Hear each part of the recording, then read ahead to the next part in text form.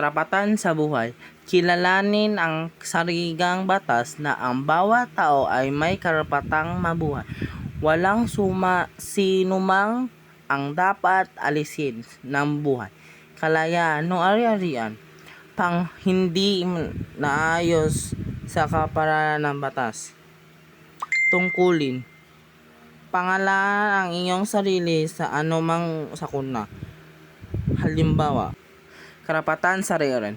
Ito ay ang kapangyarihang moral na gawing hawakan, pakinabangan at angkinin ang mga bagay na kailangan ng tao sa kanyang estado sa buhay.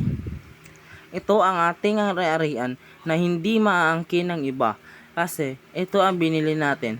May titulo tayo, kahit sirain nila, may titulo tayo. Pwede natin sila may pakulong. Karapatan magpakasal. Ang tao ay may karapatang bumuo ng pamilya pamamagitan ng kasal. Ito ay moral dahil hindi maaaring pwersahan ng tao ang kanyang kapwa na ibigay ang kanyang sapilitan ang mga bagay na kailangan niyang sa buhay. Ito ang mga bagay na hindi mapapwersa sa karapatang pumunta sa ibang lugar. Kasama dito ang karapatang lumipat o tumira sa ibang lugar na may oportunidad o ligtas anumang panganib.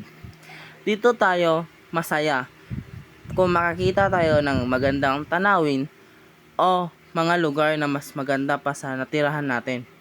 Kaya palipat-lipat or pumupunta tayo sa ibang lugar para masilayan ang karapatan sumamba o ipahayag ang pananampalataya.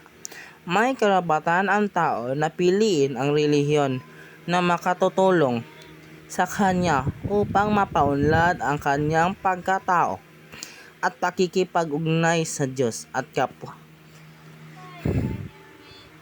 May ibang relihiyon na hindi tumutugon sa ibang relihiyon kasi may papaniwala na ang Diyos ay karapatan magtrabaho o maghanap buhay.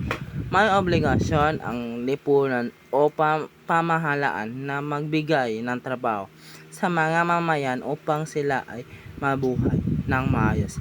May ibang Pinoy na nagtatrabaho sila para mabili ang pagkain.